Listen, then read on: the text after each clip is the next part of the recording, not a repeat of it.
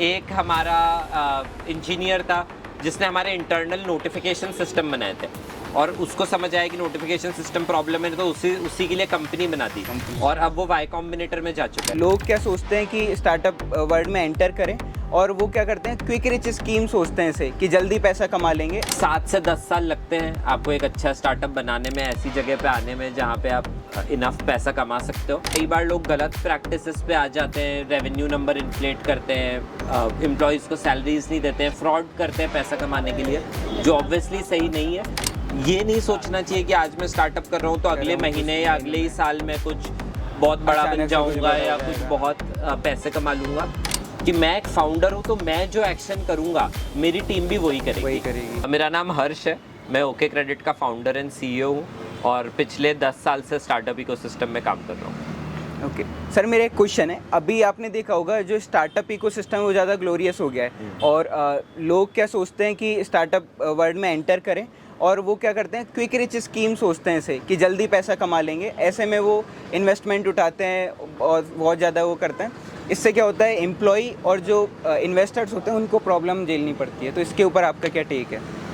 नहीं, बात सही है। आई थिंक काफ़ी लोग स्टार्टअप इस माइंडसेट से करते हैं कि स्टार्टअप करना ग्लैमरस है, गेट रिच क्विक है, बट वो होता नहीं है। Too good to be true. 7 से 10 साल लगते हैं आपको एक अच्छा स्टार्टअप बनाने में, ऐसी जगह पे आने में जहाँ पे आप इनफ पैसा कमा सकते हो। पर कई लोग ऐसे भी होते हैं कि जो लोग उतना पेशेंस नहीं होता, तो कई बार लोग गलत प्रैक्टिसेस पे आ जाते हैं, रेवेन्यू नंबर इन्फ्लेट करते हैं, एम्प्लॉयज़ को सैलरीज नहीं देते हैं, फ्रॉड करते हैं पैसा कमाने के लिए, जो ऑब्वियसली सही नहीं है। पर अगेन मतलब मैं जनरलाइज नहीं करूँगा, बट 2 से 3 फाउंडर्स ही होते हैं 100 में से जो ऐसा काम करते हैं, जो बाकी 97 का भी नुकसान करवाते हैं, नाम खराब करते हैं। बट हाँ, यही है। और सर आपने वाई कॉम्बिनेटर से और टाइगर ग्लोबल से, जो कि बड़े BC फर्म है, वहाँ से फंडिंग उठाई है, तो वहाँ का एक्सपीरियंस कैसा था? वो क्या चीज़ें देखते हैं? यार एक्सपीरियंस तो बहुत ही ज़्यादा अच्छा था। आई थिंक लेकिन मेरे को बहुत ज़्यादा एक्सपोजर मिला क्योंकि अपन एक छोटे शहर से आते हैं, तो ये सब चीज़ें कभी देखी नहीं थी। तो वाई कॉम्बिनेटर में जब मैं गया तो वहाँ पे लाइक एज मेंटर्स भी लाइक बहुत ही अच्छे स्टार्टअप फाउंडर्स हैं जिन्होंने स्टार्टअप किए हैं या फिर बहुत ही कनेक्टेड लोग हैं, तो उनसे काफ़ी कुछ सीखने को मिला। दूसरा जो मुझे बहुत हेल्प मिला वो था कॉन्फिडेंस बिल्डिंग में, क्योंकि जब मैं वहाँ गया तो पहले मुझे सबको देख के लगा कि यार ये तो इतने बड़े लोग हैं, इतने स्टैनफोर्ड के, हार्वर्ड के, तो मैं क्या ही इनके सामने कर पाऊँगा। बट जैसे जैसे प्रोग्राम आगे बढ़ा तो मुझे समझ आया कि यार मेरे भी आइडियाज़ उतने ही वैल्यूएबल हैं, तो मैं वो कर पाया। तो आई थिंक कॉन्फिडेंस बिल्डिंग में बहुत हेल्प मिला। टैग बहुत बड़ी चीज़ है। एटलीस्ट जब आप स्टार्ट करते हो, आपको वाई कॉम्बिनेटर, टाइगर ग्लोबल ऐसा एक टैग मिलता है, तो आप एक बार हर बड़े इन्वेस्टर के रडार पे आ जाते हो। सब लोग आपसे बात करना चाहते हैं और अगर आपसे बात करते हैं, आप किसी को कन्विंस कर पाओ तो आप और फंडिंग उठा सकते हो। और सर जो भी स्टार्टअप स्टार्ट कर रहे हैं उनके लिए वो कैसे स्टार्ट करें और उनका क्या माइंडसेट होना चाहिए? आई थिंक जो सबसे इम्पॉर्टेंट चीज़ है वो ये है कि मतलब एक तो सबसे पहले माइंडसेट होना चाहिए एक लॉन्ग टर्म गेम का। ये नहीं सोचना चाहिए कि आज मैं स्टार्टअप कर रहा हूँ तो अगले महीने या अगले ही साल में कुछ बहुत बड़ा बन जाऊँगा या कुछ बहुत पैसे कमा लूँगा। आप स्टार्टअप कर रहे हो तो एक लॉन्ग टर्म थिंकिंग के साथ आओ कि कम से कम मुझे 5 से 10 साल लगेंगे स्टार्टअप को बड़ा बनाने में और तब मैं सक्सेसफुल होऊंगा। तो और वो माइंडसेट तभी आप कर सकते हो जब आप जो चीज़ कर रहे हो उससे सही में प्यार करते हो, उससे पैशनेट हो, आप वो प्रॉब्लम सॉल्व करने के लिए। ये कैसे आइडेंटिफाई करेंगे कि जैसे अभी भी चल रहा है बहुत ज़्यादा पैशन और पैशन को प्रोफेशन में कन्वर्ट करना, तो ये कैसे एक तो पता लगाएं कि ये पैशन है मेरा और उसको फिर प्रोफेशन में कैसे बदल सकते हैं? तो I think hit and trial है मेरे साथ, एटलीस्ट मेरे साथ जिस तरह से काम करता है कि हिट एंड ट्रायल है कि मेरे को अगर या तो मुझे पता है बचपन से ही कि मुझे क्या चीज़ करने में बहुत मज़ा आता है, तो वो तो आप लकी हो गए कि आपको बचपन से ही पता है तो आपने कर लिया। लेकिन जैसे मेरे को नहीं पता था कि मुझे क्या चीज़ करने में मज़ा आता है, तो मैंने बहुत सारे हिट एंड ट्रायल किए कि ये भी ट्राई करके देखा, वो भी ट्राई करके देखा। 3-3 महीने में हर चीज़ ट्राई करके देखता हूँ। कुछ चीज़ें मेरे साथ रहती हैं, कुछ चीज़ें निकल जाती हैं। जो चीज़ें मेरे साथ रहती हैं मुझे पता चलता है यार ये काम करने में मुझे मज़ा आ रहा है, तो उसको मैं और टाइम करता हूँ। तो सर मेरा क्वेश्चन है कि हम कैसे कंपनी में एक अच्छा कल्चर क्रिएट करें, क्योंकि बेसिकली आपका स्टार्टअप है और टीम भी बेसिकली बन जाती है आफ्टर एक टाइम के बाद।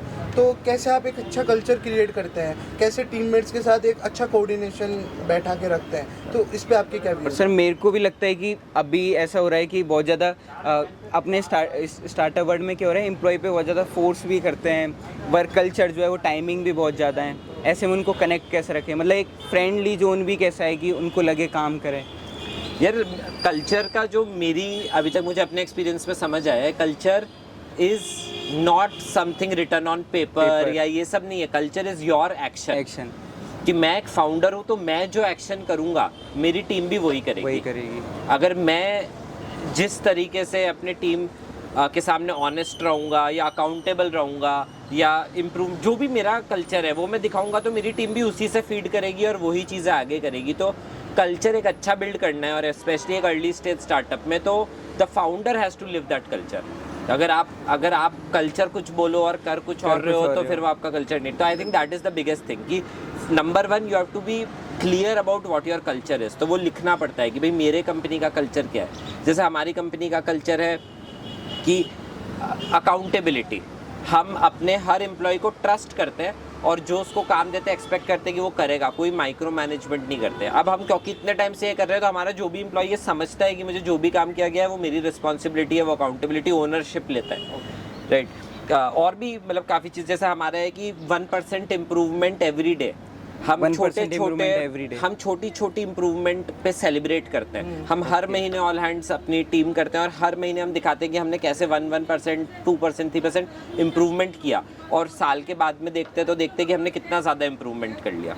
तो ये चीज़ें हैं जो हम खुद अपने जीते हैं तो हमारे एम्प्लॉयज़ देखते हैं। और सर कोई ऐसी स्टोरी है आपके किसी एम्प्लॉय की जिसने कुछ आपकी कंपनी में रहकर कुछ बिल्ड किया हो या कुछ अचीव किया हो कुछ? हाँ डेफिनेटली भाई। हमारे जैसे ये फ्लिपकार्ट माफिया, पेपाल माफिया, वैसे वो ओके क्रेडिट माफिया भी बनने लगे हैं। तो हमारे कुछ 7 से 10 एम्प्लॉयज़ हैं जो अपने स्टार्टअप कर रहे हैं। एक हमारे मार्केटिंग के एम्प्लॉय थे पहले, आयुष, जो मेरे कॉलेज के सीनियर थे। उन्होंने अभी इंडियन स्कूल ऑफ पॉलिटिक्स चालू किया है और कम से कम 4 से 5 हज़ार बच्चों को पॉलिटिक्स पढ़ा चुके हैं। एक हमारा इंजीनियर था जिसने हमारे इंटरनल नोटिफिकेशन सिस्टम बनाए थे और उसको समझ आया कि नोटिफिकेशन सिस्टम प्रॉब्लम है तो उसी के लिए कंपनी बना दी और अब वो वाई कॉम्बिनेटर में जा चुका है। अरे वाह। तो ऐसे और भी हैं। और भी एक हमारे गेमिंग में 2 लोग हैं जो हमारे एम्प्लॉयज़ हैं जो अपने स्टार्टअप कर रहे हैं। तो ऐसे 7 से 10 टीम्स हैं जो कर रही हैं। ओके, सो सर एक लास्ट टाइम क्वेश्चन था कि आप जैसे ट्रेवल कर रहे हो, अलग अलग फाउंडर से मिल रहे हो और नेटवर्किंग शायद एक अच्छा एलिमेंट है स्टार्टअप बिल्ड करने के लिए। तो आपका नेटवर्किंग से और ट्रेवलिंग से क्या रिलेट कर पाते स्टार्टअप से, तो आप एक व्यूज़ दीजिए अपने इस पर। मतलब अगर मैं तुम्हारा क्वेश्चन सही समझाऊं तो मतलब मेरे को लगता है कि अगर मैं एक बंद कमरे में रहूं और अपने ही बबल के अंदर बिल्ड करूं तो मैं अपने ही दिमाग में बहुत ज़्यादा सोचता हूं, अपने ही नरेटिव बना लेता हूं। पर जब मैं बाहर जाके लोगों से मिलता हूँ, भले ही अर्ली स्टेज फाउंडर हो या बहुत सक्सेसफुल फाउंडर है, हर आदमी से मुझे कुछ नया सीखने को मिलता है जो मेरे माइंडसेट को चैलेंज करता है और मुझे हमेशा एक ग्रोथ पाथ पे रखता है। और फाउंडर्स ही नहीं, हर तरह के इंसान से भी जब मैं ट्रैवल करता हूँ तो मुझे कोई नए कंट्री का, किसी नए कल्चर का आदमी मिलता है तो मुझे समझ आता है कि ये लोग कैसे सोच रहे हैं, छोटी छोटी प्रॉब्लम्स दिखती है।